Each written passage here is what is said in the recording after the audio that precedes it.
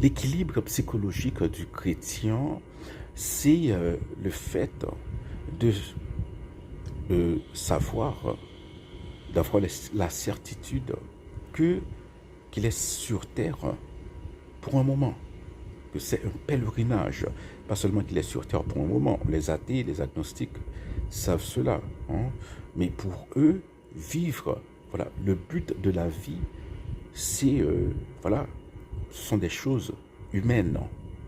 Pour nous, le but de la vie, c'est de, comme ça, hein, au cours du pèlerinage, hein, de transcender un peu plus, hein, notre condition humaine, pour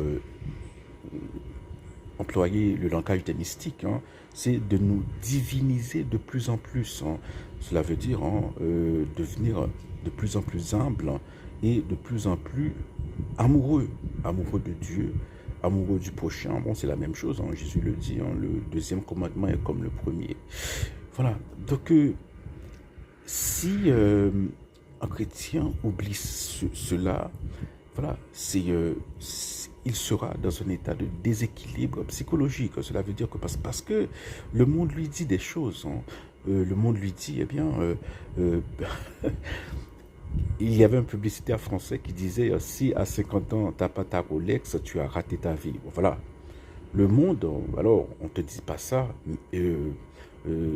spécifiquement, mais voilà, le monde te dit que, voilà, que réussir sa vie, il faut réussir sa vie, hein. Donc il faut avoir une grosse maison, une grosse voiture, une belle femme, ou bien plusieurs femmes, hein, hein, voilà, voilà, grand pile femme, ou bien voilà, ou toucher, ou pour les belles machines, ou green back, non, boussou, hein.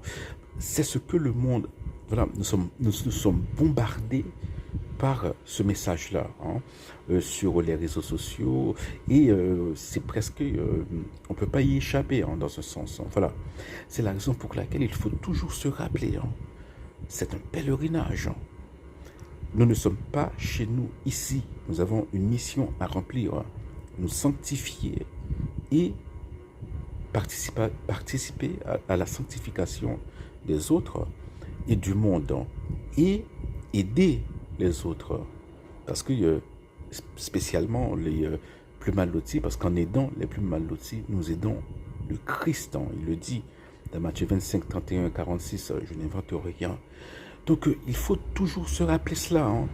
Sinon on se sentira perdu dans ce monde, hein. Voilà.